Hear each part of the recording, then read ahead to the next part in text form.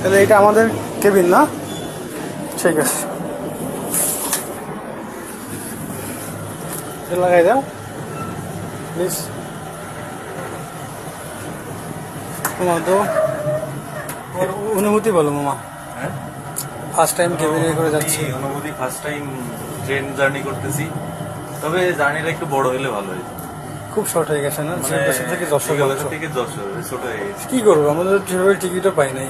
Ticket যে পর্যন্ত পাইছি সে পর্যন্ত তো করতে হবে। তবে হ্যাঁ, বিষয়টা আসলে আর ফার্স্ট টাইম ট্রেনে উঠেই মনে করো আমরা এসি কেবিনে, লোকালে তো টিকিট পাইলাম না, জায়গায় পাইলাম না। যে তারপরে তো শর্ট আমার ইচ্ছা ছিল লোকালে যাবো, কিন্তু লোকালে টিকিট পাইনি, এখন কি করবো।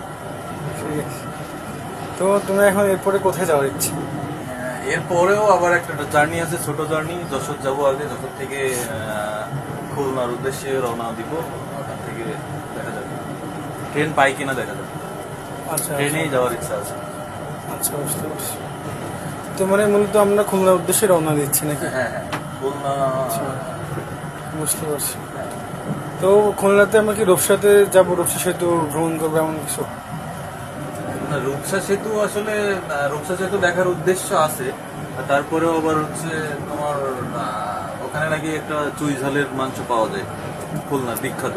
আচ্ছা আচ্ছা, ওই আব্বাসের চুই ঝাল শুনছিলাম মনে হয়। আমি জানি না, মেবি দেখি ওখানে ট্রাই করতে হবে। তুমি এত বড় ব্লগার হয়ে তুমি যদি এখনো মেবি বলো, তারপরে দর্শকের মতন একটা জায়গায় থেকে তুমি খুলনার এখন ওইটা ছিল না, বিষয়টা কেমন একটু একটু হলেও একটা পীড়া দিচ্ছে আমাকে।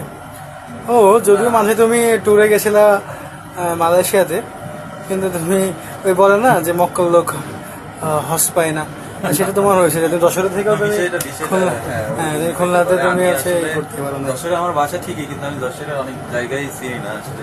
সবসময় বাইরের দেশে থাকা হয়েছে তো এই জন্য। বাইরের দেশে ওইভাবে না, তবে আমি ঢাকাতে বেশি সময় পার করছি, ঢাকাতে। আচ্ছা, না মাঝে না মালয়েশিয়াতে গেছিল একটা মালয়েশিয়াতে, হ্যাঁ মালয়েশিয়াতে গেছিলাম একটা ট্যুরে, ট্যুর কমপ্লিট করে আসলাম। আচ্ছা, ঠিক আছে, বাকি কথা আমাদের